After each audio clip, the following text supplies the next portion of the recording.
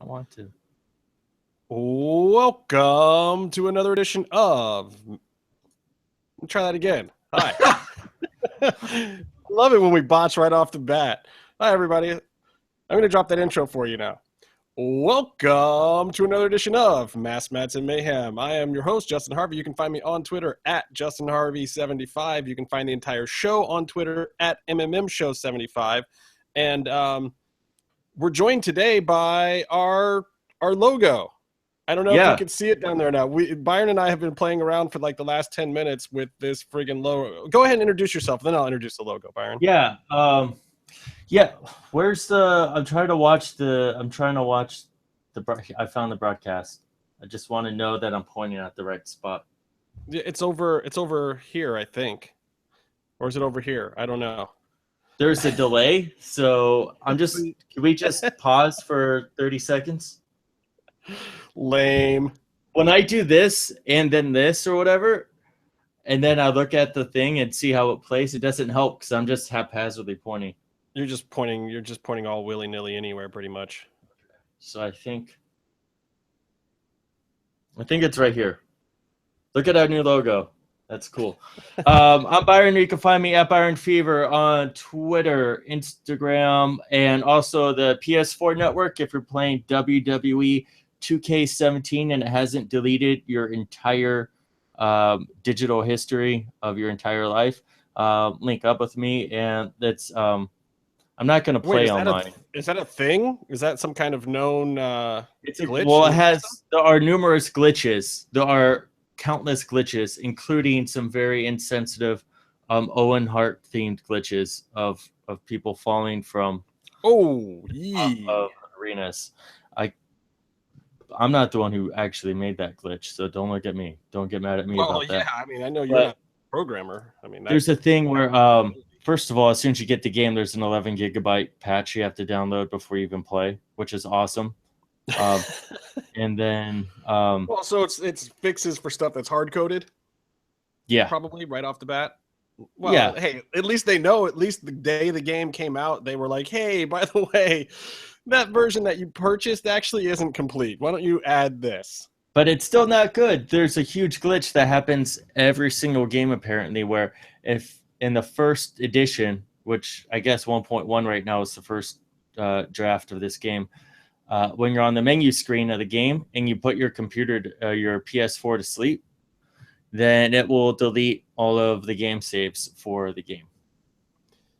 That doesn't sound cool. No, no, it's happened to a few people. These sound like things that I don't like. No.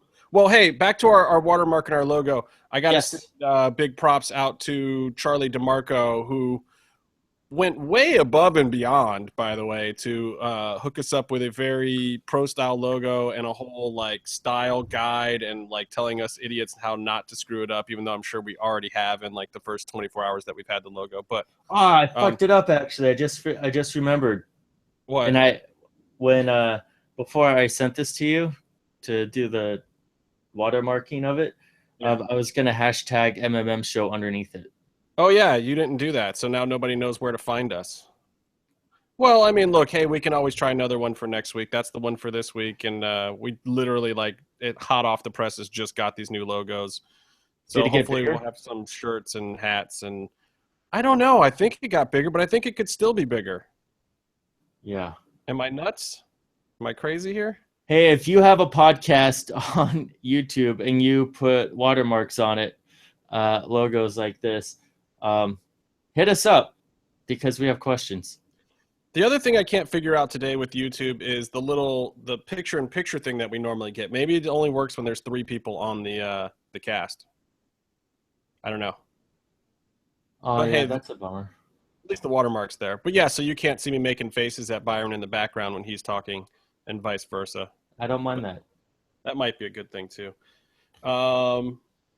Look, there's a few things to talk about. As you guys may have noticed, the Lucha Gringo is not here. He is on vacation. Is he oversleeping like usual? No, that was you. What a that loser. was you. That was you that said, let's do this thing at 9 a.m. and then showed up at like 9:52. I said I will try to make it, and then... I mean, you can't... schedule a podcast appearance, say you're going to be there, and then expect that there's still some podcasts left to do when you show up. I mean, it was Why fine didn't that you you just showed up do the late. MMA stuff first, and then we could have done the important stuff when I got on? Well, because people are used to a certain flow of the show. And speaking of that flow, without further ado, I'm going to jump right into Lucha Underground Season 3, Episode 6, The Open Road to Revenge. And all open roads lead to the temple. This one, talking about revenge, geez, oh man.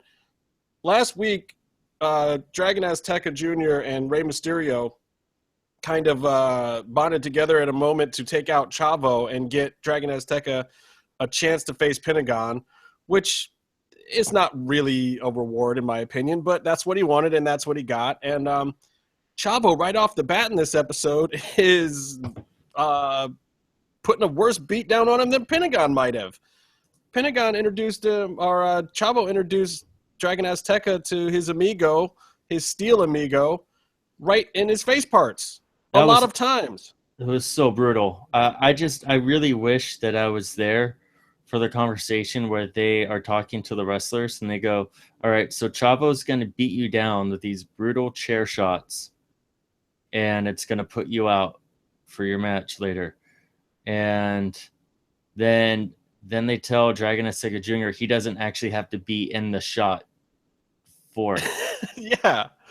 So, well, the very first chair shot he actually took in scene, and then the rest of it was like this first person, like camera looking at the chair, beating it down kind of thing, which was awesome. Something that you don't see in wrestling every week. And, Lucha's coming. The whole thing was like a movie, which makes it's almost like the less is more as far as like making everyone be chatty and having them do the stunts for a backstage beatdown. Like you can have on other shows stuff where you have like giant, travel, tour cases where people get pushed into them and it makes a lot of noise and people can actually get hurt. But it looks really lame. Whereas here they shot it like a movie. They had very simple interactions between everyone. They had just the one tracking shot of Rey walking by Chavo, and they didn't really say anything. It was just in the look. But that whole thing just set up the tone. It told the story right. It established all the character relations and all the tension, and it brings you into and you invest in the whole thing. Well, yeah, I mean, they're even throwing in little backstory stuff like Chavo sees the picture in Dragon Azteca Jr.'s locker room and he says, my dad kicked Dragon Azteca's ass that night or something. It was just like, wow, that's a nice little touch. Weird, but nice. I got really mad at Chavo for that. That was disrespectful.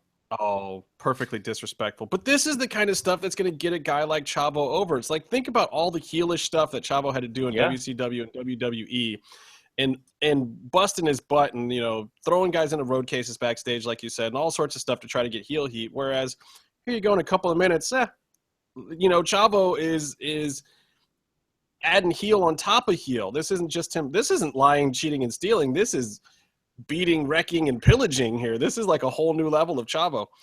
And here's my theory. I think Skip has realized that this is actually a job now. I think I don't know Skip's full story, and I wish we had asked Eric Van Wagner maybe a little more about it, but it's like, It sounds like Skip was already working for Rodriguez, and he was part of the network, Rodriguez was kind of like, hey, why don't you go down to the wrestling show that we're doing, check it out, see if you guys can, see if you can throw those guys a hand and kind of help them, understand the look that I like, because obviously Skip knows what Robert likes, so I feel like, Skip comes down there and he's like, oh, we could do this, this, this, and this. And it just like turned into this whole other thing. But now, and it was like, he just keeps showing up and they just keep doing it and they do more. And it's kind of organic and breathing. But now it's like, no, we're crafting this shit ahead of time. We're blocking it out. We're doing stunt sequences. We're shooting first person. We're adding flashbacks. We're doing tracking shots. And it's not just like making a regular wrestling backstage vignette look cool. Now, they're shooting a movie that is part of the show. I mean, it's just like what they would do from Dusk Till Dawn or one of their other shows on the network. Yeah, it's crazy. It's incredible. Normally, you watch the season by season on Lucha Underground and you see the adjustments. you can see the improvements. You can see, all right, instead of these colorful characters and the dark grungy background, now the background is lit and not in like the cheesy way of let's put a blue light behind a couch and shine it on the wall. It's like you have these colors like these reds and yellows and greens and stuff. But now season 3, it starts getting more complex. You're using like a lot more of like the glow in the dark black light paint.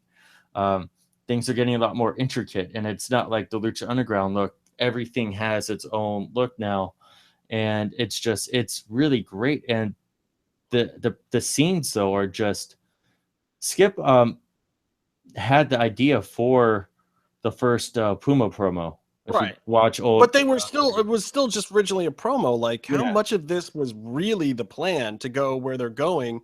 I don't in think any making of it these- was, because These Rodriguez-esque novellas backstage. well, you have for what everyone's bringing to the table, you have a reality, a reality show presentation, and you have a wrestling show presentation.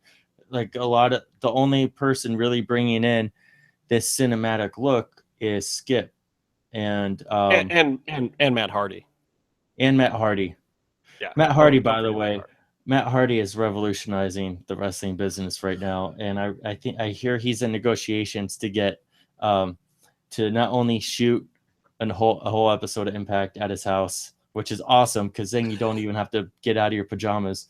He wants to buy TNA, change the name to after like one of his broken trademarks.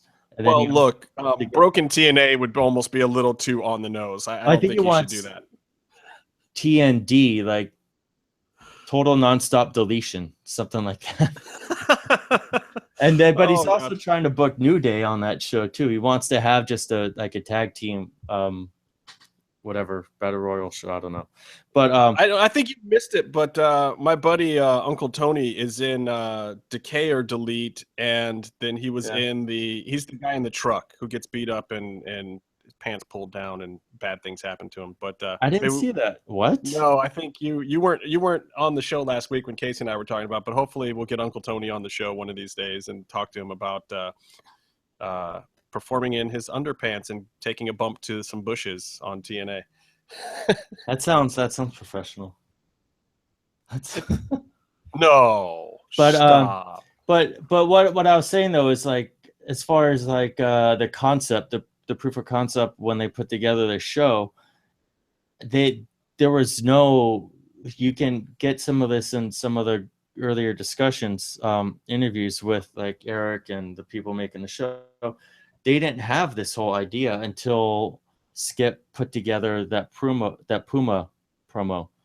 And and everybody gives DJ and everyone gives DJ and EB Dub all the credit that they rightfully deserve, but at the same time, dude, Skip is on another level, guys. This guy is a baller when it comes to making these backstage segments. And I believe he's listed as an EP on the show too, right? He should be. I think he is, because he came in from Network. I mean, he was pretty much Rodriguez's guy. Yeah. You know, it's like you want Robert Rodriguez to make your show, he sends Skip. Yeah, he was basically quality control for the look and feel of a Rodriguez product. And you got EB Dub, who was the guy that was there for the look and feel and the quality of MGM and Burnett. It's boy, cool I bet those guys are having fun this week sitting on those tapes. Sorry, EB Dub. I wonder if people are bugging him like to try to get the tapes from Burnett. And Burnett even said himself, he's like, dude, these aren't my tapes. My company is owned by MGM. I can't just give you stuff. It's not just me here. You have like lawyers and partners and like, you know, Japanese investors. We can't just give away our footage. Like, I mean, you want to do that, or you want people to do that. But yeah, it's like when you make a show, the network usually owns the rights to the footage that you film for the show because they pay for it. So you really can't do that, and then all the contracts. Yeah, but it's not a network. It's not a network-owned show. I believe it's an MGM-owned show. I believe. Really? Same way. Yeah, I don't think that it's not a. It wasn't a back pitch. So okay. I think they actually own the show, and I believe Burnett owns most of his shows. You know, or co-owns them with the networks. There's a few places like that. A lot of the Pilgrim shows are like that too. It's just it's a slippery slope when you sell out your talent on a show for whatever. Yeah, yeah. But anyway, I just find it interesting, and I wonder if they're having to deal with that nonstop, because that's just like not what you want to wake up and go to work and deal with, like something from 3 years ago where some idiot said something else, and now you're forced in a position to try to out them. And you know me, Byron, I have filmed and worked with many an idiot where I have not wanted to give up the goods on them as much as I would love to see them be called out for being an idiot. It's just I can neither confirm or deny that. That's probably wise, because you don't want the lawyers calling you. Match number 1, Dr. Wagner with Famous B versus Son of Havoc and Mascarita Sagrada. How much fun is it just to have Famous in the ring, just doing whatever? And I think it's a very bien look for him. Yeah. I like his new jacket. It's his business arrangement seems to be working out better for him now too, but it's so awesome. It's so entertaining. Yeah, and here's the brilliant part. All this time, Famous B is doing the right thing, because I had completely forgotten that the dude has never won in Lucha Underground. Yeah. Like, he's that mesmerizing and he's that good on the stick that all this time I had completely, I'm like, oh yeah, I can't think of one single match that B has won, which is hilarious. And I didn't remember that until Vampiro so kindly reminded us. And B, you need to get Vampiro on the payroll, man, because he's just out in your whole deal. He needs a better hype man. Yeah. Well, that's what he's got Brenda for. And yeah, I love Vampiro's commentary on how annoying she was and how bad her Spanish was and this, that, and the other thing. It's hilarious. Like, how exactly are B and Brenda talking to Wagner? Because they got to be losing something in the translation there. Wagner thinks that he's in the best position ever and has no idea what's going on, does he? I think they hand him money and he just nods and follows them to the ring and beats someone up. And here's the thing, and I've said this before. We were talking about AAA, and I said this, and I can talk about this with Lucha Underground now too. Wagner's old, man. He is somebody's great grandfather, I think. And this fool, his work rate is still amazing. He is not looking like Vader versus Ospreay here. This is not some dude who is about to collapse, in the ring at all. This grandpa goes and goes good, doesn't blow spots. I mean, dude's freaking amazing for his age. And I don't even know how old he is, but I've known of Wagner since I was high to a hockey puck. So yeah. I mean, well, you look at Vader; he has to put his hand on his knee every time he stands up, and Wagner's just Rey Mysterio has to do that. I mean, Rey is old. No, but at this point, those aren't even Rey's knees. So. No, they're Steve Austin's first knees. He has to ask for permission to put his hand on someone else's knee that's attached to his leg. Wagner was great. That was a fun match. I mean, you have Wagner. Mascarita got a ton of offense in. That was also amazing. The motorcycle driving. I remember at the taping watching. You could see Son of Havoc go do a couple laps or whatever, going around on the motorcycle. And sometimes at the tapings, you get a little glimpse of props like that, and you get really excited, but you don't know what they're for. Okay, but so now at least we know that Son of Havoc can actually ride a motorcycle, and he doesn't just have to ride bitch to Ivelisse. Yes. Even though it was a motorcycle with a sidecar, which is considerably easier. Yes. I mean, he doesn't have to balance it, which I'm sure was helpful. But there was a lot of talk that he couldn't actually ride a motorcycle. And come on, people, the guy can ride a motorcycle. It's not. He can ride a motorcycle. He's the man. But when they drove in, and then Mascarita stood up and gave the middle finger, it was the best moment. It was the best moment. No. He was telling Famous B, "You're number one." Yeah, you're number one. He comes in, he starts fucking people up, and then he's like firing up this little dude, just firing up, and the whole temple's going nuts. It was awesome. And but one of the big concerns that I had on this match, aside from all the fun stuff, was when they did the two faces did the double dive outside, and Mascarita just go head first. It just went plunk right into the bike. Yeah, and it was like one of the guys in the front row was picking him up like, dude, was I supposed to catch you? What's going on here? But Masky seemed fine. Yeah. But the good news is, he was in the ring with a doctor, so everything should be fine. Yeah, they checked him out. And well, Famous B pinned him with the stethoscope just to check and make sure he wasn't a little short of breath. Yeah, that was good. I would like that Famous won a match. Yeah, Famous won a match. What the hell? Get my shoe. What is going on here? It was awesome, but it's like you have a match with Famous and Masquerita, who are not like full-time competitive people on the show, and they still put together a really they designed a really great entertaining match. Everyone had good spots, so I thought that was really cool. And Dr. Wagner keeps picking up victories. I wonder where that momentum will go. Well, I mean, you know, I don't know if they'll put the belt on him. I don't know how they feel about. Yeah. I mean, he's so heavily involved in the storylines down in AAA. Mm-hmm. And it seems like, you know, Tejano and Dr. Wagner and some of these guys that are really entrenched down there, there's not a rush to put the belt on them because they don't really need that kind of rub. But it's cool for them to get the exposure in the States. So, you know, yeah. I'd like to see him in some high-profile matches. And, you know, yeah. As long as that be good. I kind of want to see him versus Daga, but, you know, I think in AAA, Daga is so considerably kind of lower on the totem pole than Wagner that I don't know that we would see that match here in the States. I haven't seen Daga in a while. Yeah, where is Daga? Well, didn't Cobra Moon drag him off or something weird last we saw him? Yeah, in the trailer? No, I mean like at the end of last season. I don't even remember what his storyline was. He had some kind of storyline going, didn't he? He had a thing with Cobra Moon, but I don't think we saw what happened. That's what I'm saying. That's it. That's the last we know of him. So maybe, and she hasn't been around yet this season either. So no, maybe. But you know who is going to come around? Who's the that? Rabbit Tribe, dude.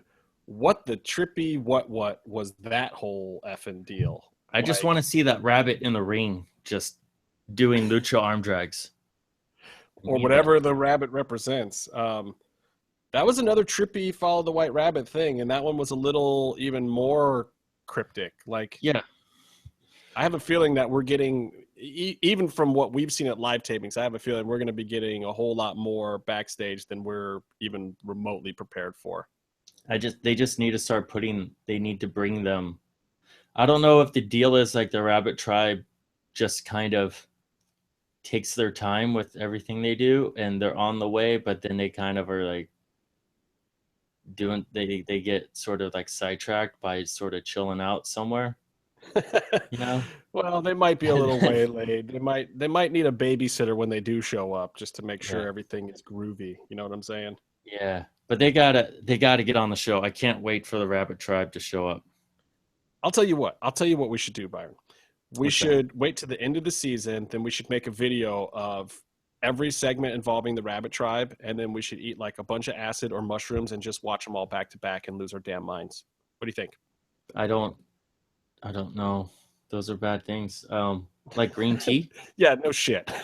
Drink some green tea. I'm not actually recommending anyone do that because with these segments, I think you'll lose your damn mind. They're trippy enough on their own. I don't want to promote drug use. I really am against stealing gimmicks from the last Real Heels. Just remember, 1 second can be forever. Follow the rabbit. So match 2, Gift to the Gods. Yeah. Casey's favorite sexy star versus everyone's favorite Jack Evans. Jack, what slam poetry, nasty nos, crazy verbal excrement came out of Jack at the beginning of this match? Where did that come from? Oh, well, I'm used to it during that, but then like he cuts this promo where it's just like Def Comedy Jack or something. What's going on? I want to watch it again. You should. I don't even remember half of what he said in it. It was just like, what?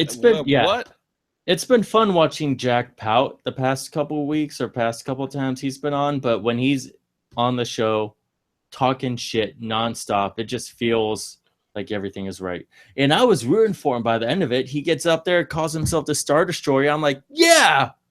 I mean, destroy that star. Get that belt, Jack. That's yours. it's so weird to me too, because people, I'm here to tell you without spoilering anything, the whole Jack Taya Worldwide Underground storyline was shot so out of order for the entire season. I think it was just because certain people could be there on certain weekends. Like, you didn't see Taya Yeah.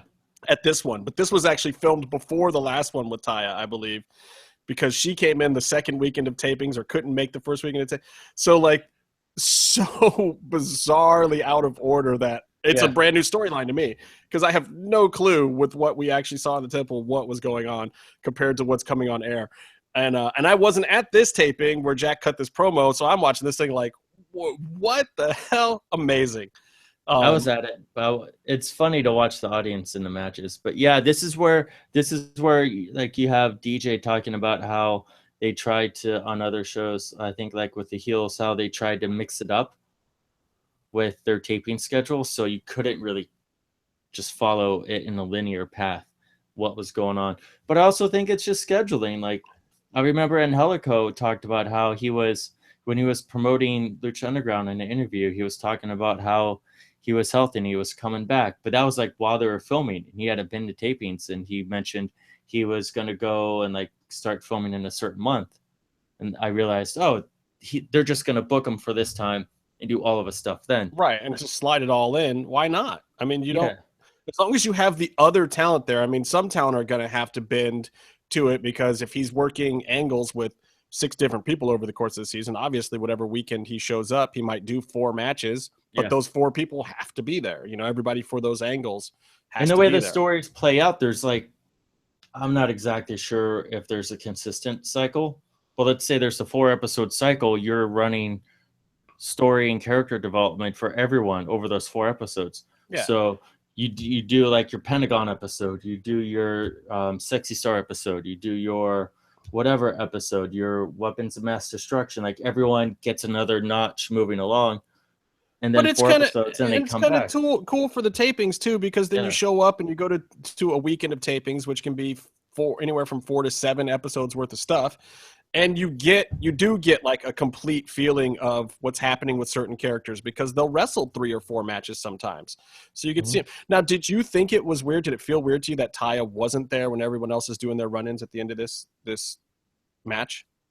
Watching it, I noticed it immediately, but that's because as soon as I see Mundo now, I associate her with that. And I'm expecting if he sneaks in from one side, that she's going to sneak in and kendo stick somebody from the other side.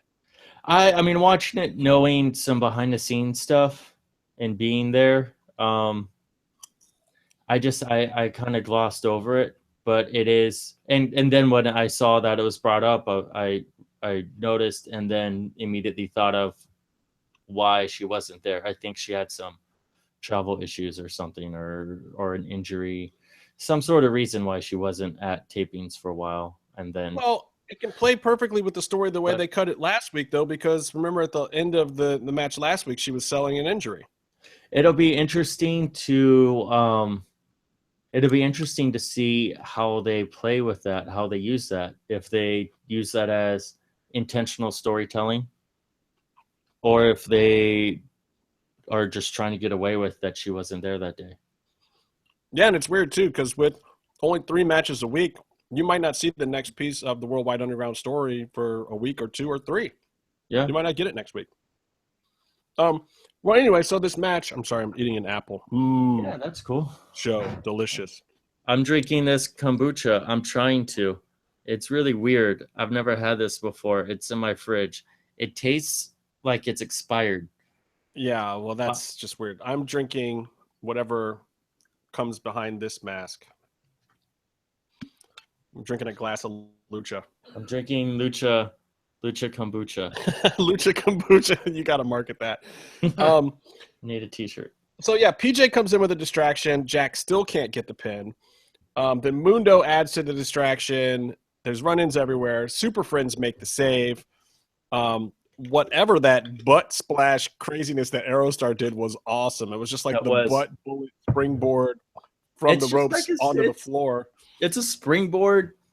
Something else is called this, but that's really a springboard suicide plancha or whatever. Because you just jump backwards. But he went butt. I mean, he really like went a butt trust first. fall. Yeah, it's more like a trust fall, but he went butt first. So he's got pointy ass coming right down, and it's just like springboard ass drop. He's done it in the past where he springboards and then cannonballs backwards down onto someone, but maybe I was expecting him to do that too. But then if he does that, you risk over rotating and going headfirst into the wooden part of the bleachers there. So I think the way he did it was smart, because if there's any kind of miss, he can put his legs out and catch himself. But it was a cool looking move. It was really awesome. Weird. I wasn't expecting it at all. I was like, oh, hey, that dude just did something different as usual. Because pretty much every time Aerostar shows up, he does what no cruiserweight in WWE ever does, which is interesting new moves. No, they do. No, Metal Leak, who's their hot new luchador that is actually still working for CMLL, I think. He does Aerostar Phoenix's moves. Who is it for real? It's Mascara Dorada. Dorada, yeah. Yeah.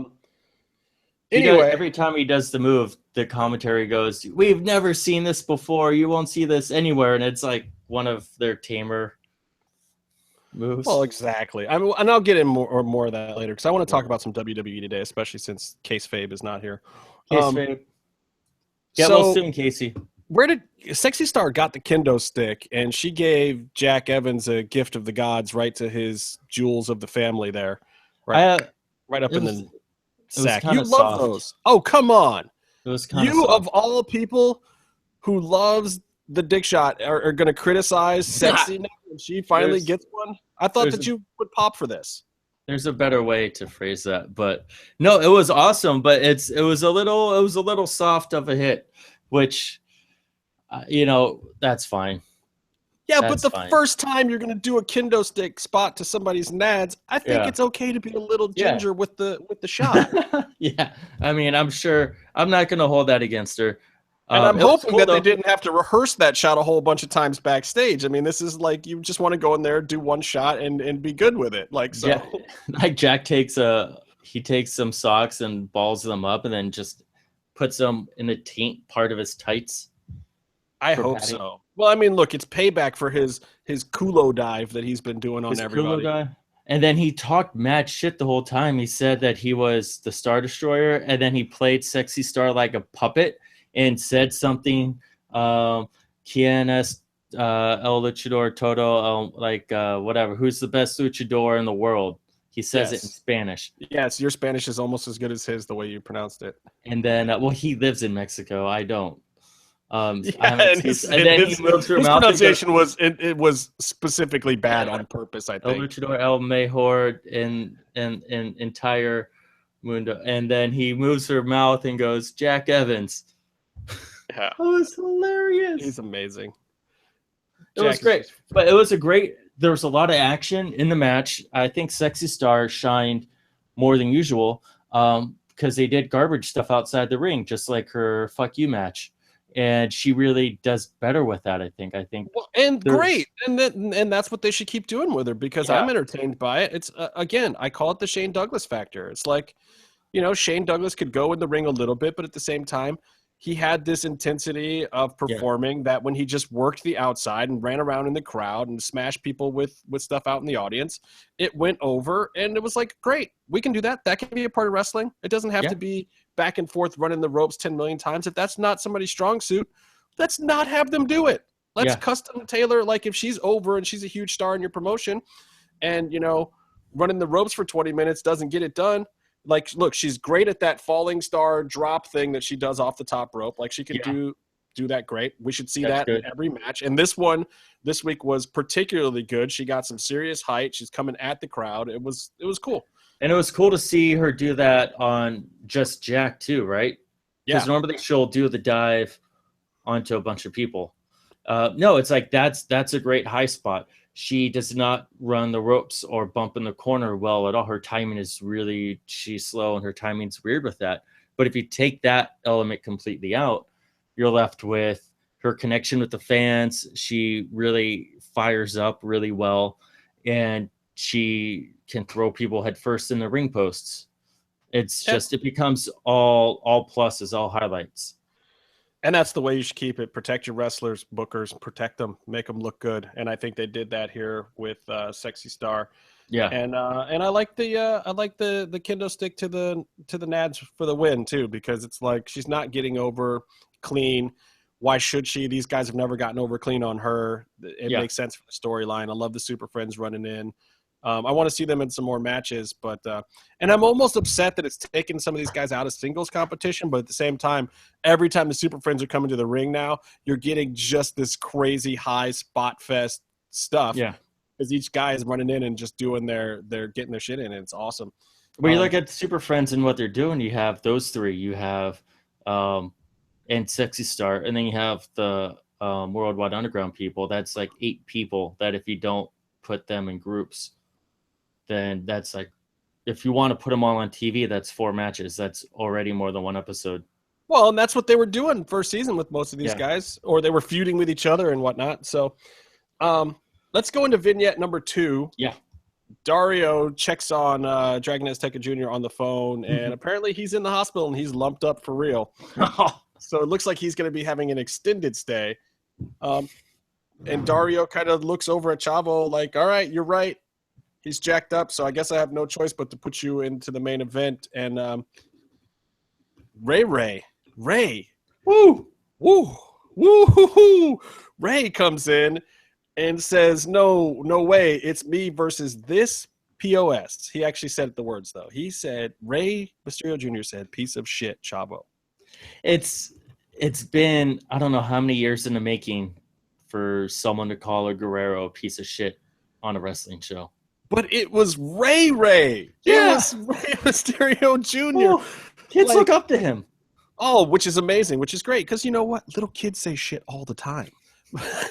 but you know, he said that, and you're like, oh, shit, Ray just cursed at him. But then you're like, but it makes sense. No, like it made perfect sense. But at the same time, I was like, oh, we have turned a corner, people. This isn't just Sexy Star in the heat of battle. This is like a pre-planned, pre-written vignette. Ray Mysterio. It was written on a piece of paper.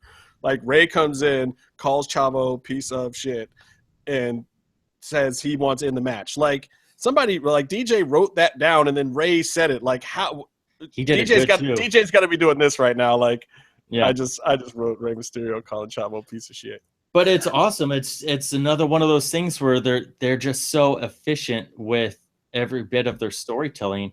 Especially like this is a refined storyline that has like look, so Ray many versus Chavo, but Ray versus Chavo is not a new feud, and it could easily put some people kind of sleepy time, but.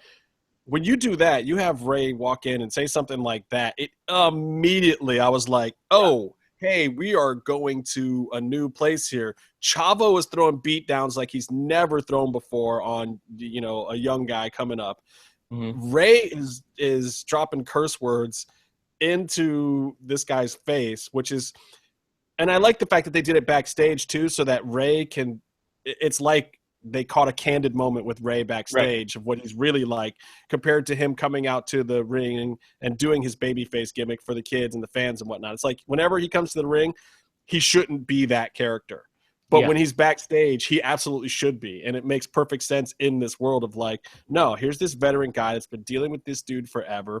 They have 20 years of history that goes both directions of being friends and being on opposite sides of stuff.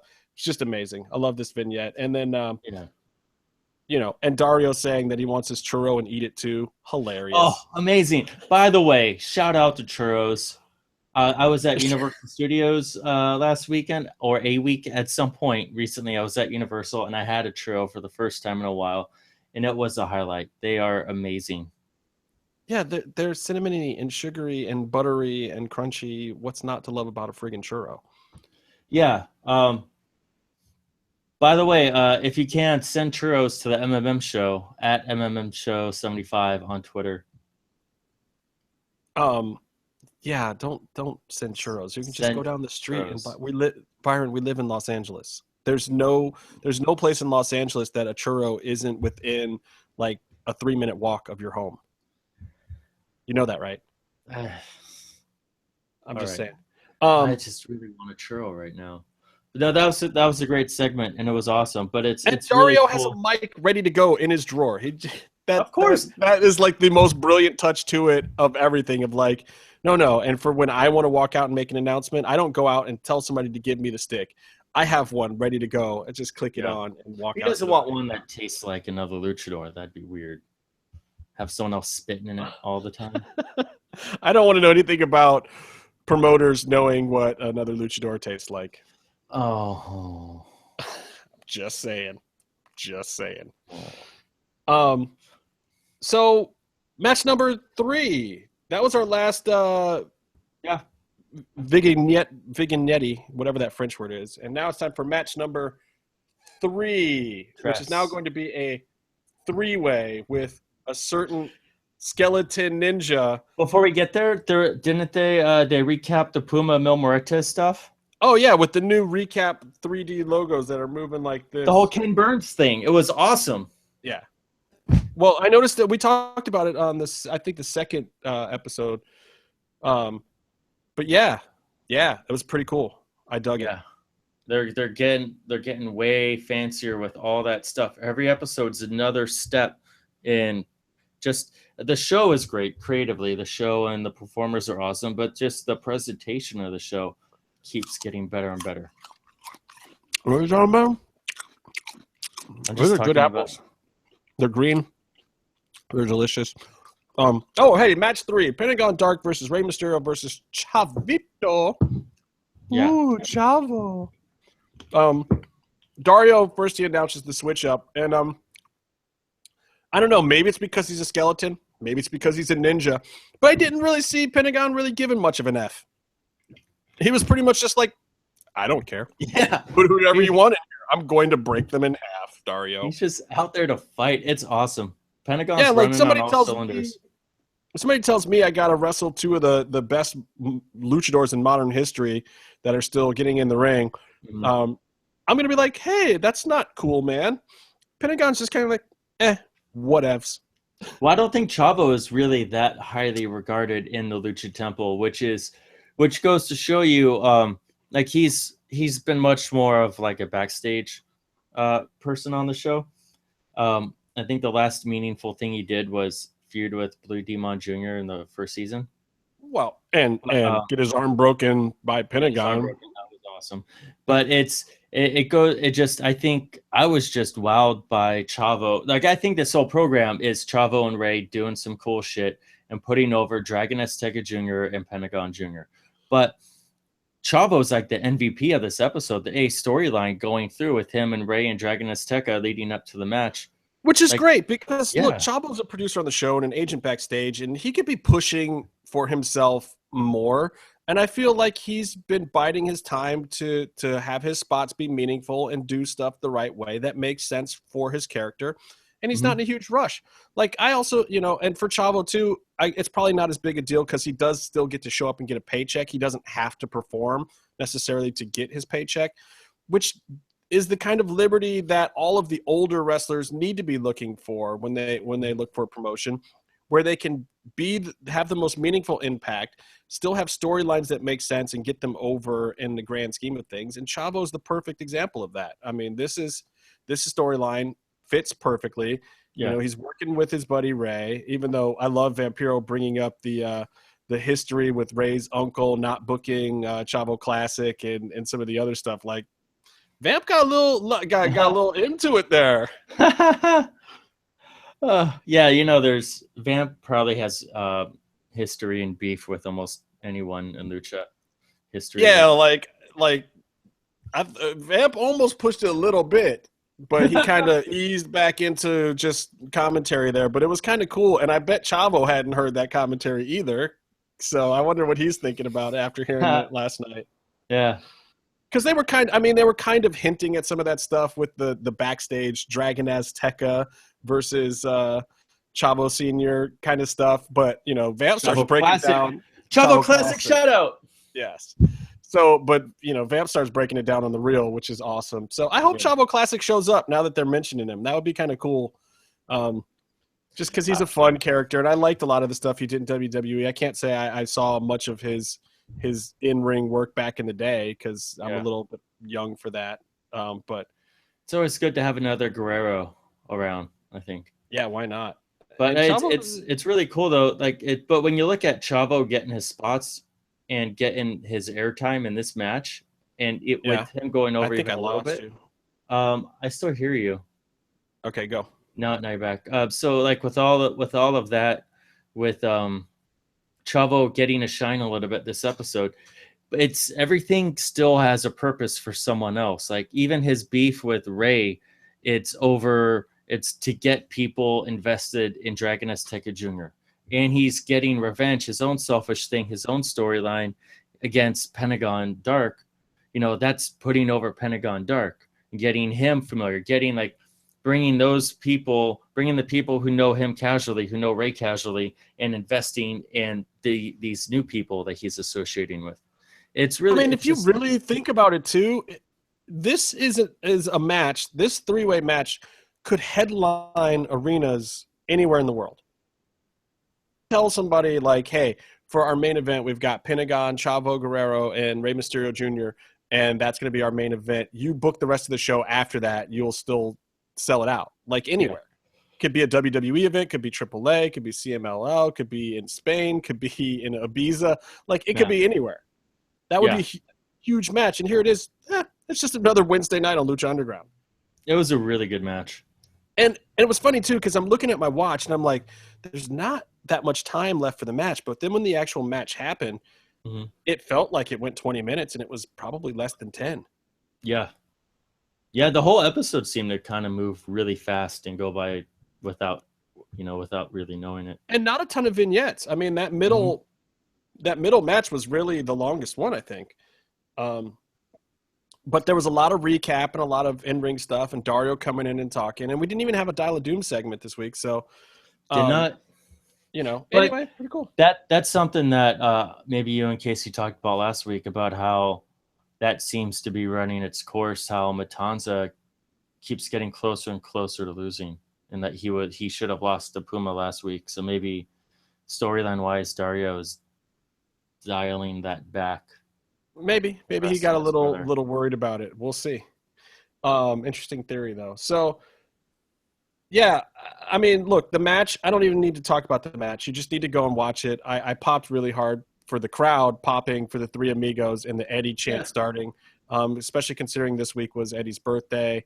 Yeah. Very appropriate that, he basically got shout outs on WWE and Lucha Underground this week, which are well-deserved. And, the finish is exactly what it should have been. Pentagon goes over. I can't believe, of course, the week Casey's not on the show with us is the one time in like ages that Pentagon's gone over. Because if you guys haven't heard, he doesn't even have the AAW belt anymore. He jobbed it out to Sami Callihan.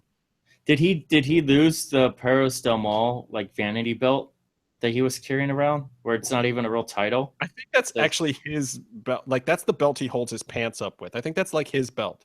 No one's taken it from him yet? No, I think he got that from Macy's. I think you can't really take a man's belt that holds up his pants. I don't know. If it's Pentagon Jr. and AAA, I would not put that past them. Well, dude, he loses everywhere. Look at his stats. Pentagon somehow is the world's best jobber. No, but that Chicago show, Sammy was their former champion, and then Pentagon won it for a while, and he sat it for a good time, and Sammy got it back. Pentagon beat Sammy, I think. It was 2 nights back to back. Yeah, I think he beat him Friday, and then he dropped the belt back to him on Saturday. I think that's fine, and I also think that there's other issues with that. Maybe they know they're not going to get they won't be able to book Pentagon for a while. Oh God, of course it's fine. I'm being totally silly. Oh. The fact of the matter is, when a guy like Pentagon is around and he's that over, the simple fact of the matter is he doesn't need a belt. The belts exist as a promotional tool to get your promotions over and your guys over. Pentagon doesn't need that. He's so over. Why put a belt on him? It's there's a reason why Chris Jericho doesn't need a belt in WWE. The guy's freaking over. Every segment he does is gold. He's better than anyone not named AJ Styles in WWE. Well, and that's why. And I was going to talk about this later too. It's good that they split them up, but I'll get into that in a minute. But it was totally a thing where AEW was smart, where they put their belt on Sammy for a while, and that got them some notoriety. But as soon as they could, they put it on Pentagon. That really made people look at them. Well, and how badass is it that Sammy took it back off of him, and now Sammy looks like a superhero? I mean, that's just now they're bringing eyeballs in, and they got some credibility. That's what you do with your belt, people. That's how the game is played. But, I thought the finish with Pentagon going over, and he went over clean on Ray too. Yeah, in a three-way with Chavo, Ray takes the pin. Yeah, which is you can't tell me that that's not freaking amazing. And I would bet anything that Ray was the one that said that should be the finish. Right. I would bet anything because, honestly, if they book that finish, and even if he didn't come up with it, if they book that finish and Ray doesn't want to do it, Ray doesn't have to do that finish. I mean, he took a neck spot, a brutal sit-out Pentagon driver neck spot for a clean finish.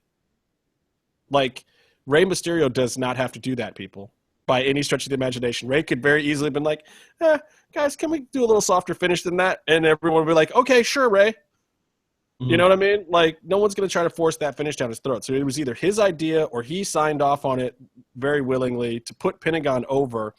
And then Chavo gets the beat down afterwards. Psycho Chavo afterwards was amazingly awesome. Mm-hmm. Like, you've never seen that kind of fire out of that dude as a character ever until now. Yeah, he's pure evil. Like, he's never been evil. He's been dastardly. Yeah. And like, who can get heel heat after a Pentagon match better than Pentagon? That was great. Like, I was really impressed. I was like, damn, I didn't know Chavo had it like that. And again, I wasn't at this taping, so I hadn't seen any of this. And I was like, dude, Chavo took it to another level. I don't think I saw that match live. It might have been the second weekend of taping on the Saturday because I was there on the Sunday. Oh. But yeah, it just cemented my belief, like, on this episode, which I thought was a really strong episode. It was really good. It was a very simple, straightforward Lucha Underground episode. Yeah, and you know what? And I'm actually going to give this episode a 10, which I don't normally do, but it had Pentagon on it, which is one of the requirements kind of to get a 10. And even though it had a Sexy Star match on it also. It had a really good one. It was working with Jack Evans, which is kind of another one of the requirements for an episode to get a 10. Yeah. The surprising part is that it did not have a ton of vignettes that were furthering the mythology, which is another thing that I normally really look for in my really high-ranked episodes. Yeah. But the simple fact of the matter is I turned on this episode, and there wasn't 1 minute of it that I didn't enjoy. And as good as Lucha Underground is, there's usually some moment where I'm like, that was whatevs. I did not have one of those. I was invested in the whole thing. I thought, and maybe because my expectations were a little bit lowered for this episode too, I didn't think this was going to be a through-the-roof episode. I was kind of looking at the lineup earlier in the week, and I was like, this week will probably be whatever. You know, it'll be just a kind of a filler week to get us back into some storyline stuff. Nope. It was great. Start to finish. Loved every minute of it. It was great. It was that less is more. But Chavo, out of nowhere, Chavo is like he was the MVP of the episode. Absolutely. Hands down. Which is great. I mean, Chavo's the man, and he doesn't try and get that credit. And he's had a lot of difficulty, I think, getting credit or having his own respect given. Well, we're doling it out, and believe you me, if Chavo sucked, we'd be the first ones to say it. And in fact, we have. I mean, we've been critical of the Chavo Blue Demon angle, and that he wasn't finding great ways to use himself in the past, and now he is. So kudos to him. Let me talk a little bit about WWE. I know you're going to love this, Byron. I actually have some WWE notes this week. I watched No Mercy. I watched Raw. I didn't watch SmackDown, which is funny because I've been liking SmackDown better. SmackDown's the thing to watch. I just didn't have time to get to it. I'm probably going to watch it as soon as we're done with this. But what did you think about the triple threat match coming at the very beginning of the pay-per-view, which a lot of people cited happening because of the debate between Hillary Clinton and Trump? I was hearing, it was just weird, but I was hearing that there was some sort of big gimmicked ending they were going to do at the end or something. Like those are the rumors I was hearing until you said the debate. Then I thought, oh yeah, they probably want to hook people or at least get people to watch that. Yeah, I mean, look, But wrestling fans and flyover stage, they like debates, believe it or not. And I think that, with the ratings that the debates have been pulling, they're killing this everyone. was probably a smart choice, especially with what the finish was going to be. And why not? Why not mix it up every now and then? Well, especially because the rest of the show was kind of, aside from the Miz and Dolph match, the rest of the show was uneventful, was forgettable, really. It was Well, like a some of it was, yeah, some of subpar it was. I SmackDown mean, show. look, I liked the I liked the wacky finish in this match. Just staying on this match for a minute. A lot of people didn't. What was wrong with the wacky finish, with the AJ getting double tapped or double submitted, and then the restart, was the ref didn't make very clear signals, and it was almost like the ref didn't know the booking, and then the announce team didn't really sell it the right way. But if you watch it again and watch it with the sound off, watch what AJ and Cena and Dean do, because they sell it perfectly. And I'm here to tell you, folks, I'm not watching for the announcers or the ref. And it's a shame when they become a distraction, because what the workers did for the booking of that spot was perfect. The timing was to a T. Everybody was selling it right. They did it in the right part of the ring to not botch it. I think the ref just panicked and botched it and didn't know how he was supposed to do the restart.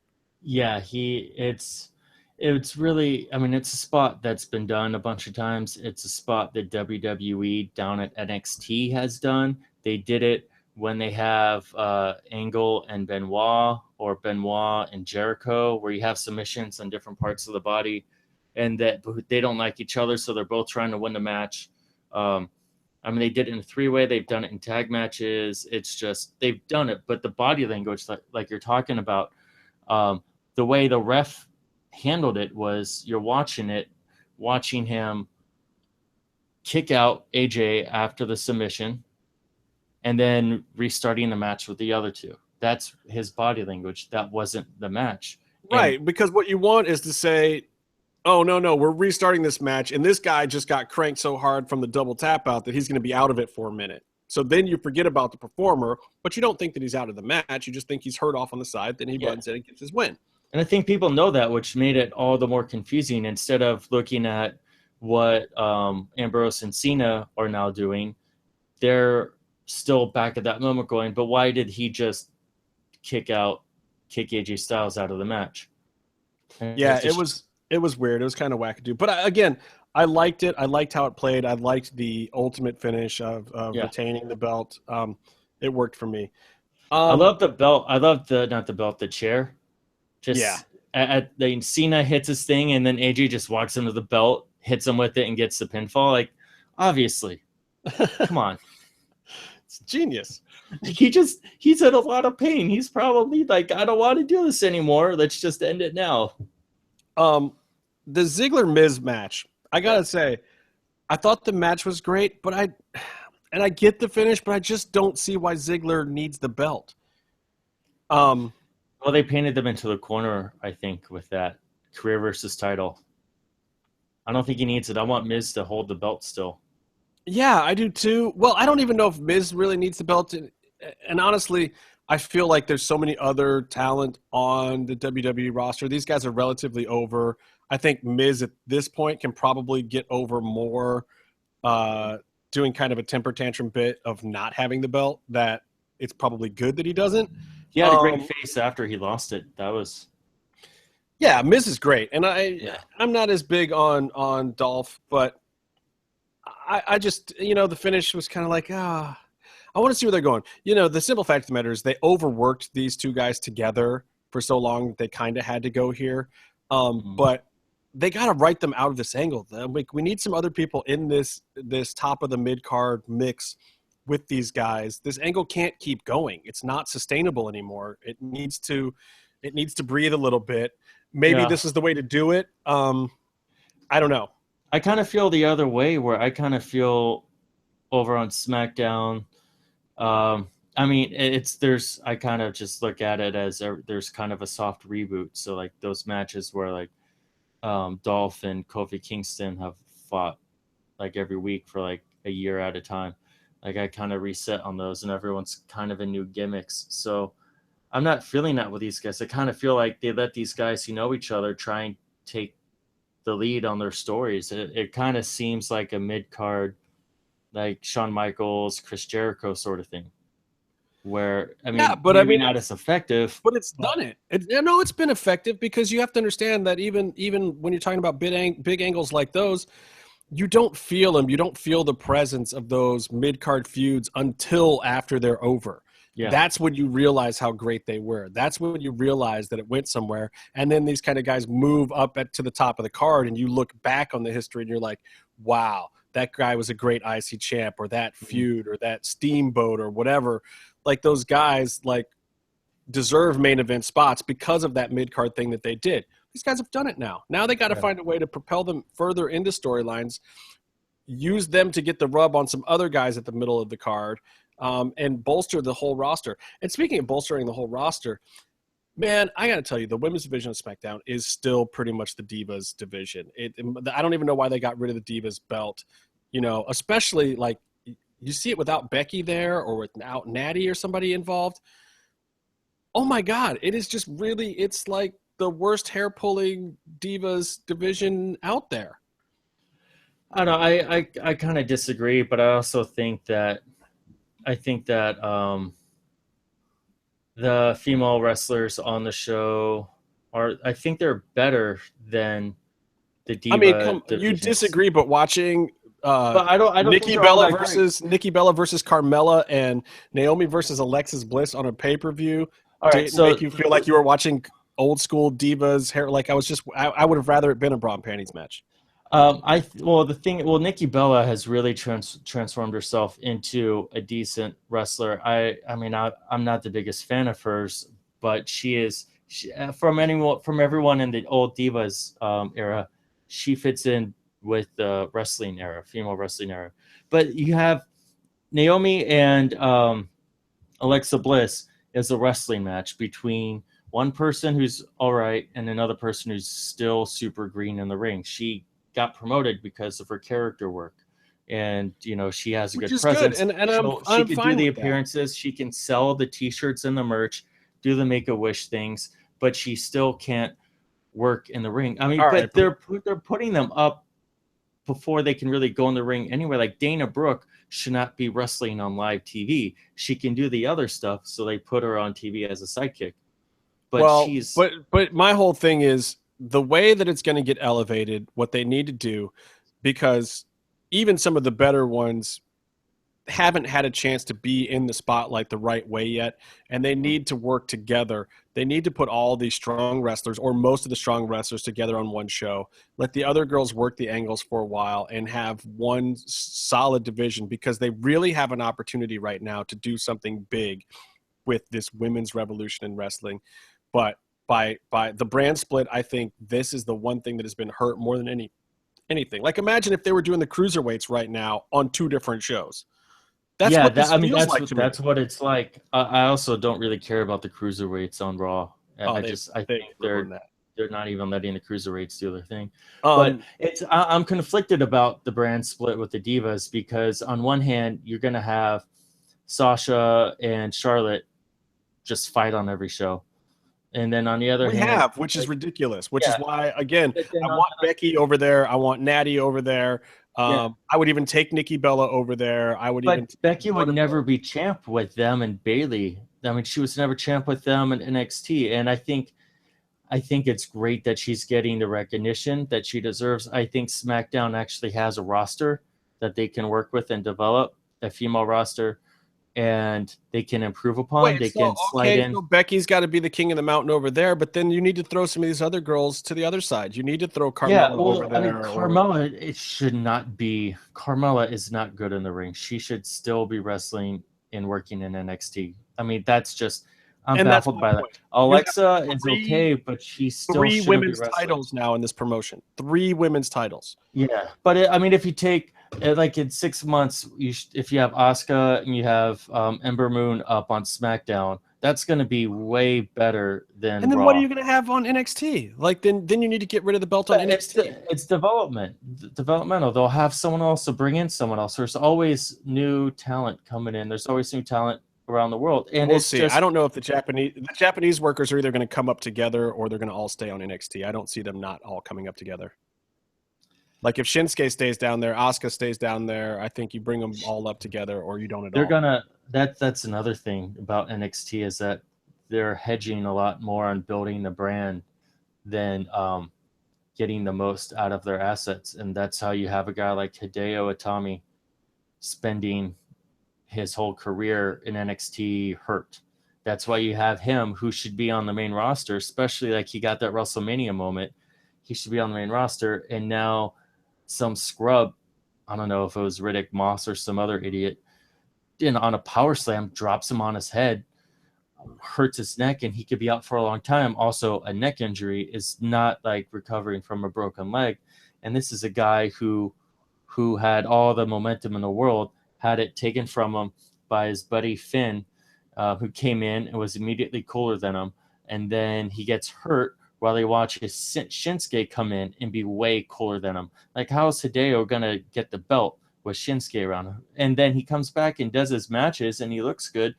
But you watch the NXT match, you watch the show on NXT, and no one's getting up. He's yelling to the crowd. No one cares. It's Hideo Itami. It's this guy running around. You know what you do? You know what you do? You do what Jericho did. You leave. He goes back to New Japan, Ring of Honor, or somewhere else. He's from Noah, which probably means he'll be wrestling. And if he goes to Noah, he'll be doing that Noah New Japan angle. Yeah, exactly. But that's what I'm saying. I mean, at a certain point, the cards just get stacked against you, even if you've done everything right. It's just not even, some of it's luck, some of it's timing, some of it's, some other guy took your spot. I mean, look, Shinsuke has a spot. He's not getting it from Shinsuke. Yeah. And they can't move Shinsuke up right now because they have to have some kind of flagship down there on NXT. It's just that simple. There's no reason to move Shinsuke. But that handicaps them a little bit because you have guys like Shinsuke, you have Samoa Joe, you have these guys who are not up-and-coming rookies. These guys had their careers. They're on top of the world, except they haven't gotten that WrestleMania gig. And so they're in WWE now for like the last 5 years at most, maybe, of their career. And these guys wrestle brutal styles. And, I mean, maybe they're not going to let some idiot power slam them on their head. Maybe their styles work better to where their health is more in their hands, their safety is more in their control. But you're still taking on their bump card in a house show in front of 5-year-olds whose parents pay $10 for a ticket. Yeah, that is what it is. Just quickly with the pay-per-view also. Yeah, sorry. No, it's fine. I love Heath Slater and Rhino. Yes. I love everything about the angle. It's not even where I would have gone with the whole angle. The United Colors of Benetton version of the Usos is interesting. They're doing almost exactly what they've been doing, just in different clothing. And for some reason, that's working for me. Like, I just wanted to see something a little different from these guys where they've kind of run the same shtick over and over again. And again, the roster is not super deep, so they're going to be always in the tag team hunt on SmackDown. They're not going to have time to go off and work some crazy side angles. So this is, I think, the best you could do with them right now, and it's working. That's all I can say about it. It's working. It's not super great yet. It's got time. It's brand new for all of them. Yeah. We'll see where it goes. Bray Wyatt versus go ahead. Well, I just want to say the Usos, there's been a big complaint about them when they were up and coming. They were on Main Event, I think. They were on Superstars, whatever it was, when they were faces stealing the show for forever until they got brought up. And it was cool, but they got run into the ground, the same stale act. They're not as high-flying as other people, but it's cool that they were doing some high-flying stuff. But they just got super stale. And also they were just like, they were the Samoan stereotype team. They wore face paint. They'd make jokes about how you couldn't tell who was who. But they on like all the other shows, on Total Divas, on all the other segments, the promotional stuff, anything not in the ring on a main show, they had personalities and interactions with people. That's great, and they just need to. I think they just need to come out with that and let it come out. Let them do a little heel turn where they can be a little more themselves and try some things that may or may not work. Same thing they did with Rocky Maivia. It worked for him. I think they should team up with. I think they need to put them. My opinion. I think we disagreed. They need to go with that other Samoan guy, Roman Reigns, kind of modify, but say all. I'll tell you in a second what I think should happen with Roman Reigns, and you'll Yeah. see. Let me see what you think. All right.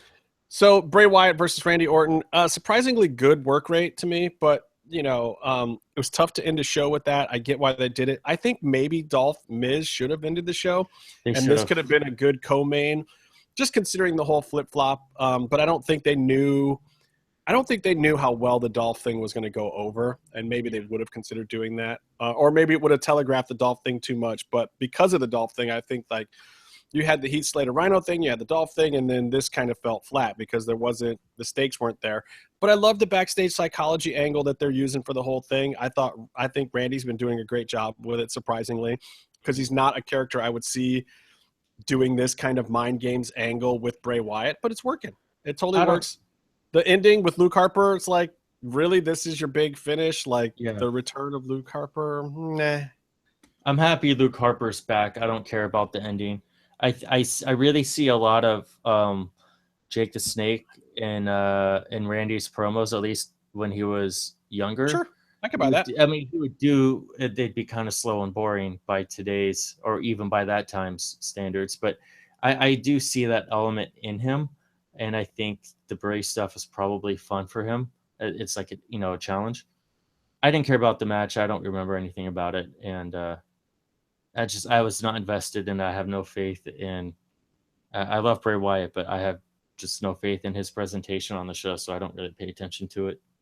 Yeah, I mean, because that it's just going to get abandoned. Like every angle he's in just drops at some point because there's no way to finish them without Bray Wyatt actually murdering somebody or killing off the character.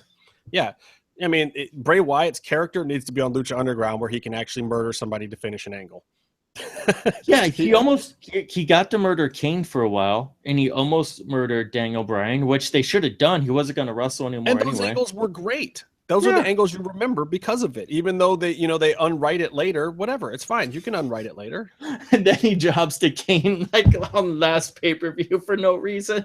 Yeah, no big deal. Talking about Raw real quick, because now we've talked about the SmackDown brand. I didn't watch the follow-up episode, but the opening, Rusev shooting on Charlotte and Sasha was classic. No one cares about your women's revolution was the hottest line of the week, even with the crazy stuff that Jack Evans said on Lucha Underground. Rusev, God, I want them to let this guy talk more. Oh, they need to let him loose. And I want to see him next week on like Jericho's show with a clipboard, just with a list of people who have higher video game ratings than him. And I'm sorry, like the dude is just awesome. And the way he cut the promo, and it let Charlotte get a little bit of a pop and remind people of why they like Charlotte. I mean, look, Charlotte took the high spot on the Raw match a couple weeks ago with the twisting whatever craziness that was off the top rope onto the floor. Like, she did lay it out there. This is what they need from the women's division. They need safe high spots that can turn into highlights forever. That was one of them. Charlotte has it this month. She has the biggest high spot in women's wrestling this month. It was her, not Sasha. And this kind of was a great segment to me to acknowledge that and let her get the pop by having, Rusev actually be a bigger heel than Charlotte for a moment. And it's making me think, God, they have missed the boat here in turning Charlotte face. I still think that she should have gotten out of the whole angle with Flair, her dad, by going with a big face turn on his ass. Like that was just, I think they botched it with that one. I think she was pretty bland as a face when she was starting and getting comfortable on Raw, and doing the heel thing allowed her to comfortably kind of interact with her dad, and she can insult her dad. He can help her with that. And I think that helped her grow into her Raw presence. Yeah. But maybe. I'll tell you what else, though. I like the team up here of Charlotte having to work with Rusev, and I liked Sasha with Roman. And I really feel like that could be a great angle. I think they should pair up Sasha and Roman. And I think Roman should be and I think you throw Enzo into the mix, too, as Sasha's friend who's always trying to tell her how much of a tool and a D-bag Roman actually is, but she doesn't notice Enzo, and she doesn't even realize that he's flirting with her constantly, and she's just all enamored with Roman, and it kind of like takes them all into this weird tweener heel area where you're just kind of annoyed with all of them, but the angles could be great, and I think it would get Roman over so much better if you let him play the douchebag character that people want him to be at this point. Like, if he's Sasha's boyfriend, everyone will hate him for the right reasons, and he could be pushing her in matches, giving her bad advice, you know, flirting with other women without her realizing it. And you put Enzo in there giving Sasha some how you doings and whatever, and trying to flirt with her, and but clearly in the friend zone. That's the kind of angle that WWE is missing to make all this shit mean something and to get some heat on this women's division like they really need it. That was just my idea. I mean, I think I have an issue with relationship angles that are fake on the show nowadays with how behind the scenes they are with everything. It's just, I also... Yeah, but WWE is also great at putting people together on camera, and then all of a sudden it becomes a real thing. People dump their boyfriends and girlfriends, and then they all go, like, what do they care about people's real lives? Put them together anyway, because it's good for TV. Roman teaches his family, beats up that video game nerd costume designer husband. That kind of thing is happening in all of our favorite wrestling promotions, and that's all I'm going to say about that. That's true. I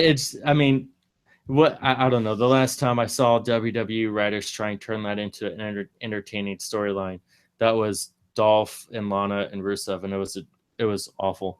Yeah, but I mean, they have Sasha flirting with both of these guys anyway, intentionally, but the chemistry comes off weird because it's not really the full angle. They're just trying to get, you know, cheap chemistry for the night for one-off matches with, you know, with Cass and Enzo or with Roman or whoever. It's like, no, you gotta play the storyline and then we'll believe it. It's television. People write a TV show. Yeah. Sasha does have history with Roman back in NXT. I think just like friendly history. At some point she posted on Twitter like a picture of her and Roman. I think when he was up and coming, she was making a joke with him or something, but I just think it could work. The other matches I want to talk about from Raw, dude, Cesaro and Kofi was super sloppy, and mostly on Kofi's part, which was surprising to me. Really? That angle... He's kind of sloppy. Well, yeah, but I mean, normally he's sloppy in an exciting way, but that was just kind of like, dude, what kind of ring rust do you got? He missed the springboard spot and this, that, and the other thing. It was kind of like, what is going on here? At this point, you know, a lot of people are thinking that the only way for the Cesaro Sheamus thing to make sense is for them to take the titles off of New Day. But at this point, they've gone so long. Let New Day break the record, and then let none of those guys ever hold a belt ever again in their careers. Like, let's just let them break the record. They'll be famous for that. They'll still sell merchandise out the wazoo. Just keep it going. Sell your T-shirts. Don't even – like, Sheamus and Cesaro is hopeless. Cesaro needs to be in a whole different thing. He's great. Sheamus is not. It's a really weird story. It's like they're just kind of like piling disappointment on disappointment and hoping that it turns out nice. Yeah, and they're killing Cesaro's career in the process. So I just hope I hope it goes where it's going and goes there quickly. I will talk quickly about the so they also set up a women's Hell in the Cell match, and just kind of finishing my theory there. I love how they're doing that. They're doing 3 matches in there. I hope it's sandwiched in between. So that you can have the high spots on some of it be other places, because the theory is right that the women can't take to the next level without some time in these matches. Yeah. Charlotte and Sasha having this match is great. Then they can take that experience level to the other girls, to the other women in the division. You have to have that. Like, cage matches aren't great until you have the Freebirds get into one, and then they can disseminate it to everybody else that they ever wrestle, which is everybody, you know? And Charlotte and Sasha have earned that spot, and it's great. Like, I hope they don't try to push it too far. Like, I hope there's not a fall off the top of the cage, but I hope that there are a couple of big spots, maybe a high climb, back fall, something a little safer. You know, let them get in there and get the feel for it, because it's absolutely clear thinking that unless you do that, unless you let them get the feel for that, it's never going to get any better. So they have to be in these big matches. They don't, you know, with the lack of intergender stuff, they can't get into the Royal Rumble. They can't be in Money in the Bank.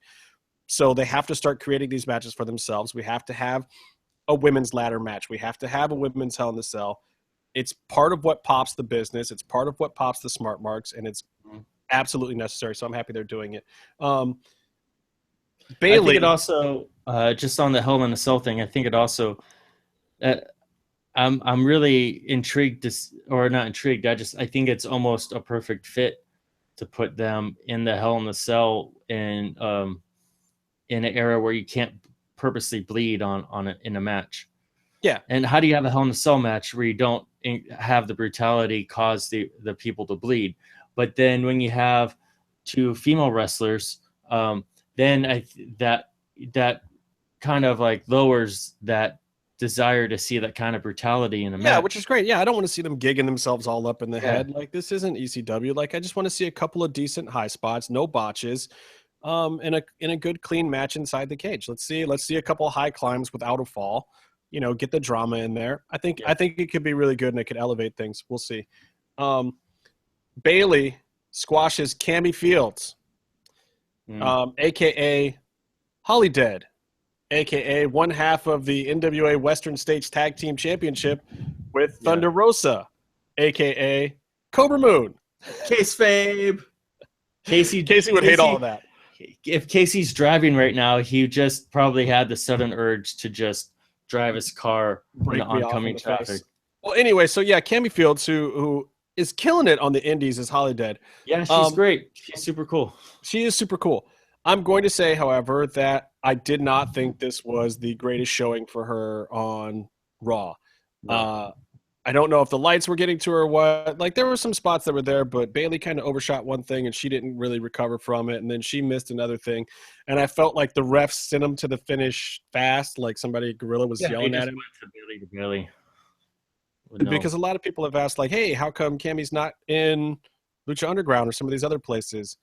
And I'd like to see her in a spot like that. So we'll see. Like, look, she got on Raw, which is awesome. She was, local talent in California here. And great to see her on there. I was really like hoping to see just a little bit more and have a cleaner match, but it was really a match for Bayley to do a squash. And honestly, some of it's Bayley too. It's like, dude, I've seen a lot of these Bayley squashes and she did a ton of them in NXT and they just aren't fun to watch to me. She doesn't do well, and her character, I don't think, is designed for a squash match. No, and she's kind of an awkward body type that not many of the other girls have worked with. I mean, they're used to working with shorter girls, and like that size thing is an issue. When people are working together, you got to know how to work with a certain size frame. And Bayley's a little bit difficult. She's a little bit long and squirrely and weird. And Bayley is still a performer that needs to be working with somebody who's slightly better than her. She doesn't make people that are not as good as her look good yet. Yeah. Which is part of the criticism from a lot of people, that she wasn't ready to be brought up, even though character-wise and storyline-wise she was clearly. Work-wise, Bayley's still a little bit green too.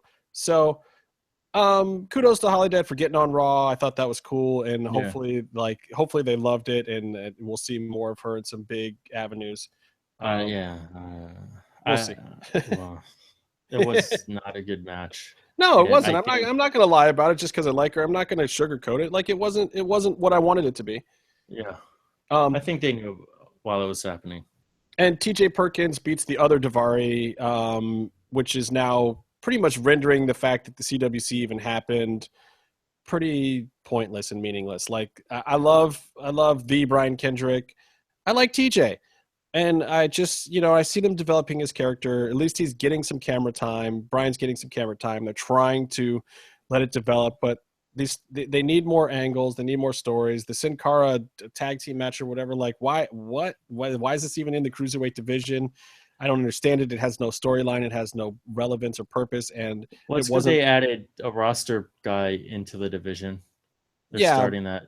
Which is fine. But at the same time, it's like the way they're working. Like, dude, when everyone is out there, when you got guys like Ospreay and Ricochet and these dudes like all over the place, juniors and cruiserweights all over the world making a name for themselves and revolutionizing the industry, they're doing flippy shit. And it's like WWE can try to get back in the game, but if they're not going to, they don't have to go the full-on Ricochet versus Ospreay here, but they're going to have to learn to incorporate some of the flippy shit, because the only reason the cruiserweights exist is for smarks. There was not a demand from casuals to bring back the cruiserweight division. It was a demand by smarks. The people who popped for CWC were smarks. And if they're not going to appease that a little bit, then why the hell are they doing it? It's not going to sell a bunch of merchandise. It's not going to get over. If you're not going to present it a certain way, don't do it. It's just stupid. That's my rant about it. I got to get out of here shortly, so I quickly want to talk a little bit about UFC. Ronda Rousey returns versus Amanda Nunes at UFC 207 on December 30th, people. And maybe afterwards she faces Juliana Pena or Cyborg, because I don't think any other women, even the former champions, are going to establish themselves with big enough wins before then to set up anything other than that. Pena, however, if you haven't heard this girl talk, oh my God, go listen to MMA Hour this week. Go look at her interviews that she did after she heard about Ronda coming out. She's calling Ronda a spoiled brat for getting the title shot that she doesn't deserve it after losing. Pena hasn't lost. She took out all the same girls as everyone else from Ultimate Fighter. She beat everyone they put her against. She's a beast. She really should be fighting Nunes, and I really kind of thought that was going to happen before Ronda came back, and then whoever won that would get Ronda. And don't get me wrong, I think Ronda has a chance of beating Pena or Nunes, depending on what Ronda we see and if she's tightened up some holes in her game. She needs to still get rid of her coach, but that's another story. But it's very interesting to see her back, and I'd really like to see Pena work into the mix. But Pena is now talking smack about she does commentary for Combate Americas, and she might go and fight for them if they're going to pay more money. I don't know if she's going to try to get out of her UFC contract or if that's just, yapping away. But look, hey, Ronda's coming back. That's exciting, right? I think it's cool. I mean, it's a cool headline. Yeah, and dude, people are going to watch. There's a level of interest. I mean, it's really going to be not about. I don't even think it's about the belt or not. It's really just more of a, can Ronda still do it? Is she that person that people thought she was, or is she something else? Gina Carano did the same thing when she was the top dog, but never came back. And I think that's actually adding interest into Ronda's story. And then if she does win this one, or if she beats Nunes and Pena or something, it'll be interesting to see if she just does the super fight with Cyborg, either at a catch weight or if Cyborg can finally make the weight down. People do want to see that fight. That one will be really huge, pop a big number, and that could be the kind of paycheck she could walk away after. Like if she takes that fight, that would be a good one to retire after. But Cyborg want to do that fight? Yeah, of course Cyborg's been wanting to do that fight forever. Cyborg doesn't want to cut to 135, and if you watch some of those videos that were posted and whatnot, and I put them up on my Twitter, go look at my Twitter. I don't want Cyborg to cut to 135. J-Man and I were talking about this yesterday. I don't want her to ever have to do that. I'd love to see a non-title fight, Cyborg versus Ronda at 140 pounds. Just call it what it is. It's a super fight. Walk away. Whoever wins, and that's it. Yeah. And never do it again. No trilogy, no nothing. Just do it once. They'll both get paid $1 billion. Nobody will fault Ronda if she loses and moves on. Nobody will fault Cyborg if Ronda wins. I think it's just a win-win case. But, yeah, Ronda needs a comeback fight before that, and we'll see what happens. Michael Bisping versus the Hendo controversy is ridiculous to me. There's so many different ways you could score that fight. People, this is why you don't let it go to the judges. If you have a problem with Hendo losing, I'm sorry. I scored it for Bisping. I had 2, 3, and 4 for Bisping. Even though Bisping got knocked down in the second round, I thought he dominated the whole round. Other than that one moment, and I thought that he did it with stronger shots than what Hendo got with the knockdown. So, I mean, to me, you can't completely discount 4 minutes and 50 seconds for 10 seconds. Now, the first round was a different case. A lot of people are arguing that was a 10-8 round for Hendo because he almost finished Bisping, and I would agree if Bisping wasn't handling him for the majority of the round. So I have that 10-9. That's just my thoughts on it. Again, you could ask 150 people, and I think you get a different answer from every one of them. Many knowledgeable people in the business saw it the way I did. Many knowledgeable people in the business saw it for Hendo or gave that first round a 10-8. People, these are the fights that you love. We'll talk about it till the end of time. I don't feel bad for Hendo. I think it was a great way for him to go out. I feel terrible for Bisping because now he's got to fight 4 of the meanest dudes in the world are what he's left looking at, and there's not going to be another number 13 guy for him to fight. So good luck, Michael. Hope you enjoyed being champ because one of these dudes is going to try to break your freaking jaw. Connor, and I know we were talking about this one earlier this week. Connor was fined $150,000 in 50 days community service. That's 5% of his purse, I believe, for throwing the bottles. That's what the NASAC came up with at the end of the day. What'd you think about that shit, Byron? I think, well, number one, I think that Dana needs to handle. I think everyone either knows that it'll happen or agrees, but Dana needs to handle this because Connor's out there selling pay-per-views for him. Like Connor is making all that money by doing that stuff. And like, yeah, Dana's not the one finding him, but it's like, it's this whole thing where like this. But Dana's also saying like, look, man, I paid the guy enough money that he should be able to cover this. Like at the end of the day, the 5% is only of his guaranteed winnings. It doesn't, I mean, he got 3 or 4 points on the pay-per-view too. I mean, let's like. Yeah, he's making so much money. Yeah, it's like he's fine. I guess in a way, what's Dana already $150,000 in a year where you make $50 million. Yeah. So I guess Dana already took care of it proactively. Like he's like just paying him to act like an idiot and get in trouble as long as whatever. And now what worried me was the amount, because it's like, dude, other fighters can't afford that. But at the same time, the amount was based on the percentage of his guaranteed pay or his win pay. So if they keep it at the percentage, that's good. That'll be a deterrent to guys to do. It's like, crap, if I got to give up 5% of my paycheck if I do something stupid. Yeah. But if you look historically at it, like John Jones and Daniel Cormier physically put hands on each other, threw, Cormier threw a shoe. They knocked over the whole backstand. They beat up Dave Schaller inadvertently. That was crazy. And those guys got like, $2,500.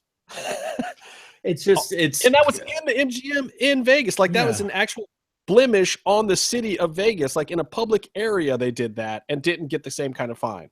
Like Connor's a villain on the biggest. He's like the biggest entertainment villain in the world.